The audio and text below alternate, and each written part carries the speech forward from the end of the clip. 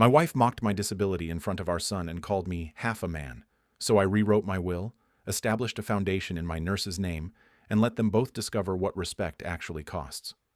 Hello everyone, welcome to Reddit Visuals. I'm Daniel 51, and 3 years ago an accident taught me something brutal. You don't really know who someone is until they see you at your weakest. I used to believe love meant standing by each other through anything. I learned that for some people, for better or worse, has an expiration date. I was a construction foreman for 23 years. Good money, good crew, proud of what I built. Then one day, a crane operator made a mistake and a steel beam came down on me. 2 crushed vertebrae, nerve damage, partial paralysis on my right side. I spent 4 months in the hospital in rehab. The doctor said I was lucky to walk at all.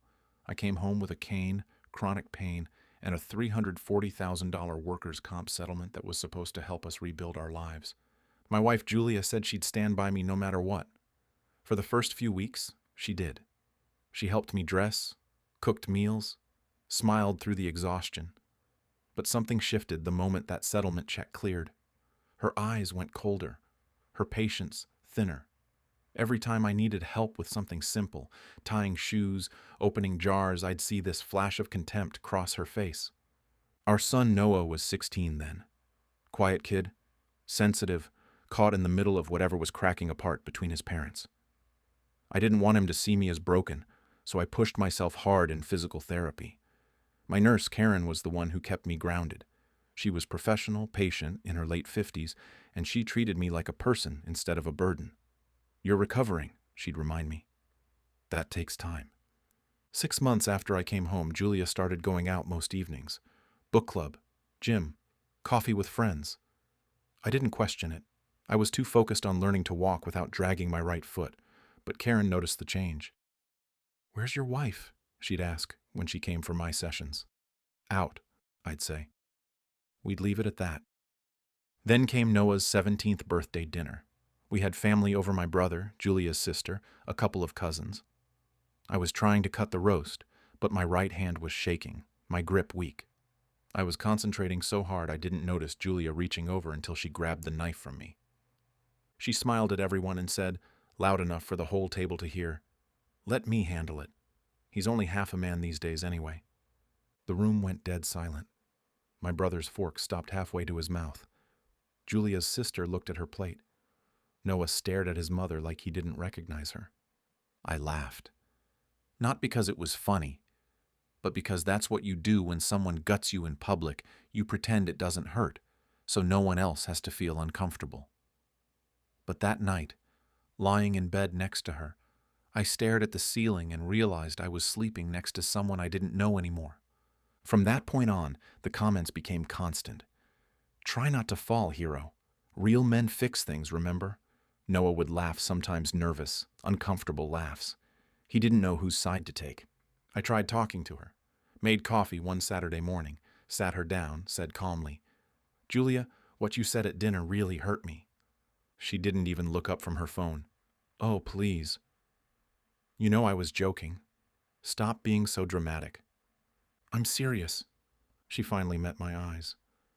"Then maybe you should stop acting like a victim. You used to be strong." Used to be. Past tense. Like I'd died and she was stuck with the corpse. A month later, I overheard a phone call. She thought I was asleep in the recliner. I heard her voice from the kitchen, low and sharp. "No, he's harmless now. Just counting down until the settlement money runs out. Or until he does. Whichever comes first." My blood went cold. I sat there in that chair, pain shooting through my back, and realized my wife was waiting for me to die. I called my lawyer the next day. We went through everything.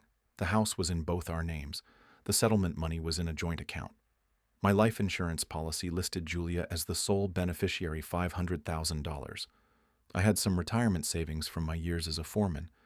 I told him I wanted to change everything. He warned me it would trigger a fight. I told him I didn't care. First, I moved half the settlement money into a separate account, my legal share. Then I called my insurance company and changed my beneficiary to a charitable trust to be established upon my death for spinal injury patients. Julia would get nothing. But I didn't tell her yet. I wanted to see how far she'd go. It didn't take long. 2 weeks later, I slipped getting out of the shower. I called for help, voice echoing off the bathroom tiles. Julia appeared in the doorway, arms crossed, watching me struggle on the floor with a fractured wrist. "Maybe if you weren't so stubborn, you wouldn't keep hurting yourself," she said. Then she walked away. I sat there on the cold floor, water still dripping from the shower head, and understood that the woman I'd married was gone. Maybe she'd never existed. When Noah came home from school and found me trying to wrap my wrist with one hand, something changed in his face. "Where's Mom?" "Out," I said. He helped me wrap it, hands shaking. That night at dinner, he was quiet. Julia talked about her day like nothing had happened. The next week, I filed for divorce. When she got the papers, she laughed. "You think you can survive on your own? You can barely climb stairs." "Maybe not," I said, "but I can sign my name, and I can rewrite my will." She stopped laughing. The divorce took 4 months. She fought for everything: the house, the settlement money, alimony. My lawyer was good. We showed the judge evidence of her neglect, statements from Karen about the times she'd found me alone with injuries, text messages where Julia complained about being trapped with an invalid. In the end, I kept my half of the settlement, my retirement fund, and my life insurance. She got the house and a small share of marital assets. The judge noted her behavior in his ruling. It was the first time in months I felt like someone believed me. Noah was 18 by then, legally an adult. He chose to stay with his mother. That hurt worse than anything Julia had said. For 6 months, Noah didn't call, didn't text. I missed him like a physical wound, but I focused on recovery, on rebuilding. Karen continued to check in, though I could now afford to pay her properly as a private care nurse. She became more than that, a friend, someone who saw me as whole, not broken. Then my phone rang late one night. Noah, voice shaking. "Dad, I need to talk to you." We met at a diner. He looked older, tired. He sat down and said, "Mom's been telling people you abandoned us for your nurse." "I didn't abandon anyone," I said quietly. "I left a marriage where I was being treated like I'd already died." He nodded slowly. "I know. I heard her on the phone last week. She was talking to her sister about how she wasted years on you and how the settlement should have been hers. I'm sorry you had to hear that. I'm sorry I didn't believe you sooner." His voice cracked. "I'm sorry I left." I reached across the table and squeezed his good hand with mine. "You're here now. That's what matters." 3 weeks later, my lawyer called. Julia had filed a lawsuit trying to contest the will changes, claiming I'd been unduly influenced by Karen. It was a desperate move with no legal ground, but it cost me $15,000 in legal fees to shut down. That's when I made my final decision. I sat down with my lawyer and established the Daniel Chen Spinal Recovery Foundation. I named Karen as executive director, not as a beneficiary, but as the person who'd run it. My will directed that upon my death, 80% of my assets would fund the foundation. The remaining 20% would go to Noah, with the condition that he complete college and demonstrate financial independence for 1 year. Julia found out through her lawyer. She showed up at my apartment. I'd moved to a smaller place with better accessibility, with fury in her eyes. "You're really going to leave everything to a charity? What about your son?" "Noah gets his share.